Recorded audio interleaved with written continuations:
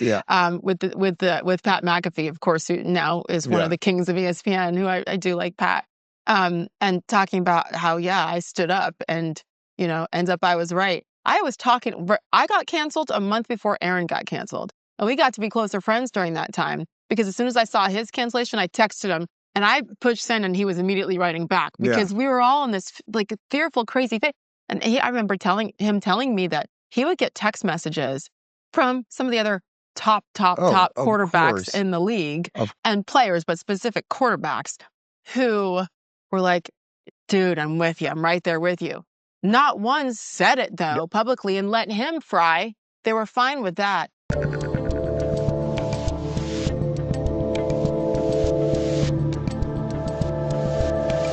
Then you dove into this whole new world. You didn't know what the hell you were doing, but then just kept taking these chances, and it worked. You didn't know what you were doing in the dating world, and it worked.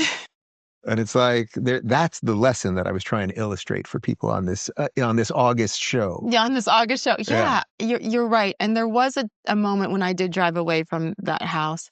And also when you sell it, and I sold it, like I said, in 3 hours for like so much over asking, I was like, you're an idiot. Like, why would you? Well, people were still trying to escape New York City. Little did they know Connecticut was probably not going to go the right way. But. Yes. No, exactly. But it's almost like validation that you did a good job because if someone walked into your home and loved it so much that they wanted to bring their children in and they have 2 little boys and raise them there and not change a thing and keep whatever they could that I was willing to leave for them. I'm like, okay, I did a good job and now someone else feels comfortable enough to do that. And then you can walk away knowing that, it wasn't perfect, but I did my best. And I also felt that leaving ESPN, I knew that I had already gone beyond what I ever dreamt of to be hosting NBA Countdown. And to me, during the greatest run since the Jordan era was with, the Warriors and the Cavs. I did all the finals from 12 through 19. Mm-hmm. And it was the best run. And it's like, okay, after that, I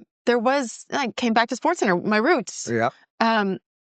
I knew there was nothing left there. That's not why it ended. But I could leave that knowing that, man, I left it all out there and did my best and learned so much and changed so much. And I thought, as I'm driving away in tears, I started at ESPN with my kids ages 11 months, 2, and 4. And I left and they were 18, 20, and 22. It's a lifetime.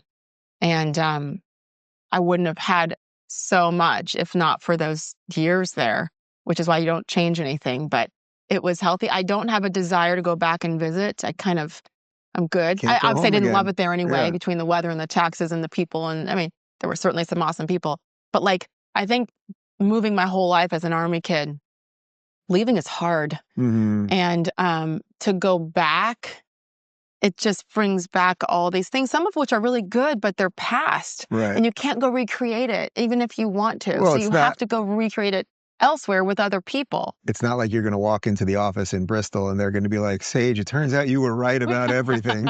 We missed you. Although, hello, I saw Aaron Rodgers on the other day. And again, we're taping this in July. With Pat McAfee, of course, who now is one of the kings of ESPN, who I do like Pat. And talking about how, I stood up and, ends up I was right. I got canceled a month before Aaron got canceled. And we got to be closer friends during that time because as soon as I saw his cancellation, I texted him and I pushed send and he was immediately writing back because we were all in this like fearful, crazy thing. And I remember telling me that he would get text messages from some of the other top quarterbacks in the league and players, but specific quarterbacks who were like, dude, I'm with you. I'm right there with you. Not one said it, though, publicly and let him fry. They were fine with that. Ever wonder why your brain feels foggy even when you're eating clean and staying active? It might not be burnout, it could be parasites. Groundbreaking research from Dr. Alan McDonald has revealed a direct link between chronic parasitic infections and neurological conditions like multiple sclerosis.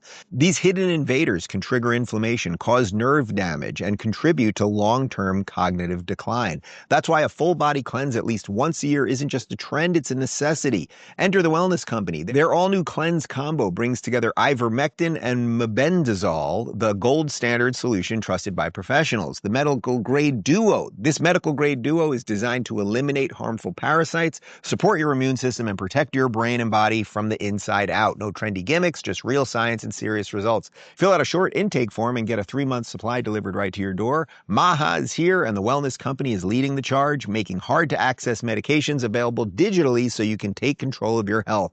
Just visit twc.health/Rubin and use code Rubin to save $90 and get free shipping. Change your body, sharpen your mind, feel like yourself again, starting today. So I mean, there was nothing more that I hated than that during the height of when I was saying a lot of things about the left Yeah. that now everyone says, but when it was tough to say it at that time, and I was getting all the hate for that and all that, there was nothing I hated more than go open up Twitter, have a DM, and every time I'd be like, I know what this is. And it would be someone usually more famous, more successful, more money, blah, blah, saying, I love what you're doing, love what you're doing. Okay, you want to get in on the party, pal? Like, yeah, help me out. Yeah, it's that Bruce Willis Die Hard thing. Welcome to the party, pal. Like, come on, you see I'm up here, got no shoes, my feet are bleeding. It's Christmas Day, all hell's breaking loose. Yes. That broke my heart for Aaron because I was in it too. Yeah. But his was so much bigger because he's Aaron Rodgers and just got crucified and continued to. And then, I think it very much affected him. And he does things, it affects all of us, but like you've seen him change since that time. Yeah. And it breaks my heart for him, but he was right. All of us who pointed those kind of hypocrisies out and things that just didn't make sense, even though we didn't know why it didn't make sense at the time, it just didn't feel right, you know? Yeah. So yeah, I look back on that along with Aaron and you and a million other people. I'm like, yeah, damn it. I was right. I was right to question it, you know? And I also look back and I laugh at the things that people on their airwaves are allowed to say now. Yeah. Like, I'm like, wait, I got suspended for what? And what? But man, I was there at the best time. Thank goodness I was there at the height. You showed me a clip right before we started, so this will be a couple weeks old by the time we start. But this is at a WNBA game, guys. We'll throw the clip in post. I don't even know the broadcaster's name. Maybe you know her name, but she just made a joke about getting the D. Most people know what that means, and she did that clearly pre-packaged and pre-planned on network television. All right. Well, again, we hope it gets a little bit more competitive because, like a girls' trip to Cancun, right now there's no D. I would assume the WNBA wants 13-year-old girls to watch. I'm going to go out on a limb and think that the 39-year-old parent of that girl is not too thrilled with that. Am I just an old fogey? No, you're not. I was blown away, but not surprised because of who it was. That clip tells you everything. Like, I don't par for the know course for that person who I don't really want to call a woman because it's not very feminine or womanly to, I think, act that way, specifically plan that kind of a joke on national TV when you, to your point, you have young women who are watching because the numbers of the WNBA continue to increase and the ratings were bringing so many fans into women's sports and women's basketball. And you got to say that so you can get some clicks, like just the lack of couth and class.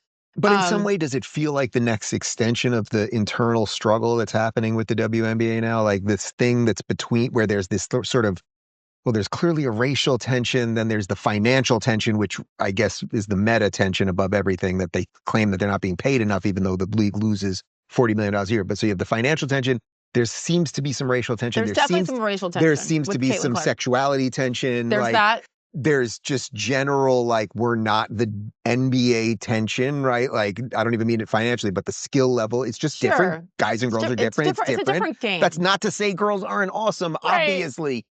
But in some way, when you showed me the clip this morning, that clip that we're talking about, I was like, oh, well, this just kind of feels like the next obvious step. Now the broadcasters will all act the same way. You know what I mean? Like, it's just everything and nothing at the same time. Yeah, but the question is why? Right. It's like, so unnecessary. Why do that? But that's the thing. Goes back to our prior conversation, when you make it about you and you make it about yourself in that moment on a really big stage, especially based on how much the WNBA has grown with Caitlin Clark and many other women, they just keep shooting themselves in the foot. Yeah. And it isn't just the athletes and not supporting each other or not supporting Caitlin Clark or whatever it is. If it's the broadcasters too, like, guys, just it's bad business. If you're tired of the mainstream media circus and want more honest conversations, go check out our media playlist. And if you want to watch full interviews on a wide variety of topics, watch our full episode playlist all right over here. And to get notified of all future videos, be sure to subscribe and click the notification